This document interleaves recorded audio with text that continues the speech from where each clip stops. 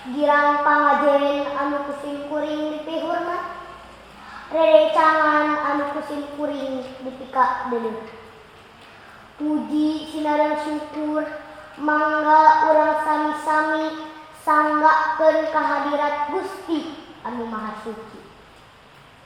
Kulungsurna rahmat sareng karunia anjeunna dina dinten ieu urang tiasa kapatung laung paamprok jonghok dina raraga tandang makalangan diajar biakara dipayuneun palawargi sadaya. Langkung dipayun sim kuring nuhunkeun dihapunten bilih dina enggoning sumanggem kirang tata kirang titi resam basana maur caturna tepuguh entek keunna. Palawargi anu kusim kuring dipihurna dina waktos ieu sim kuring sejak ngabantun jejer tata krama Sunda. Basa teh cicireng bangsa sakumaha anu tos kauninga kusadayana ti dinten ka dinten teh masyarakat urang teu aya kendakna ditaragal ku budaya anu pernah di luar. Dina euresan bocokna mah kantos kebudayaan Sunda teh sakapeung mah urang teh sok saleumpang boa-boa baris karendapan jati kasih kujunti.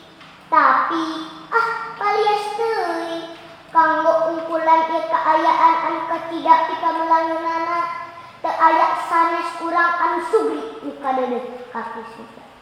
Kedah guyub akur sapamedagan ngahiji pikeun ngawujudkeun pancegna budaya Sunda nu ngahoental hal ieu urang prayogi nyusun lengkah-lengkah nu salajenna dilaksanakeun kalayan darieu.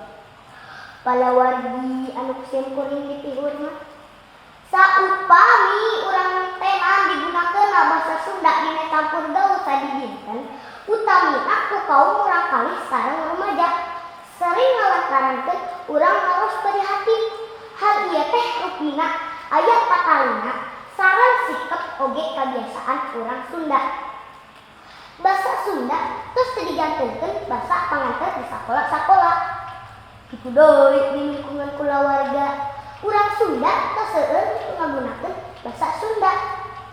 Contona kantos di sakola sim kuring aya salah sepuh rerencangan nyaris ka ibu guru. Saurna teh wayahna ibu pun anak dikenging diajarkeun basa Sunda margi teu biasa. Rupina di daerah ieu oge moal patos benten aya nu rada panati kana basa Sunda teh.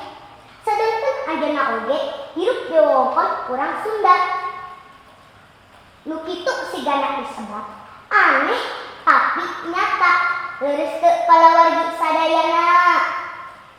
Padahal upami kurang dititenan kalintang pisan saena basa Sunda teh tingawitan lentong nyareosna rapuh sikepna ramah parangina estuni mata kayuna.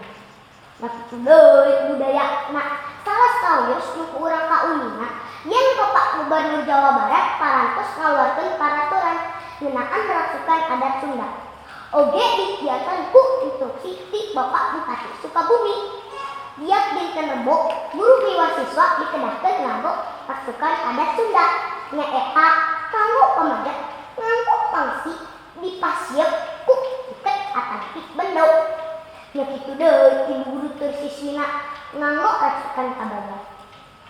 Palawargi anu kusim kuring dipihurna tah kumargi kitu hayu urang mumule basa sareng budaya Sunda ulah rek diapilaenkeun cindekna diajar basa Sunda teh kedah soson-soson nambah diajar komunikasi.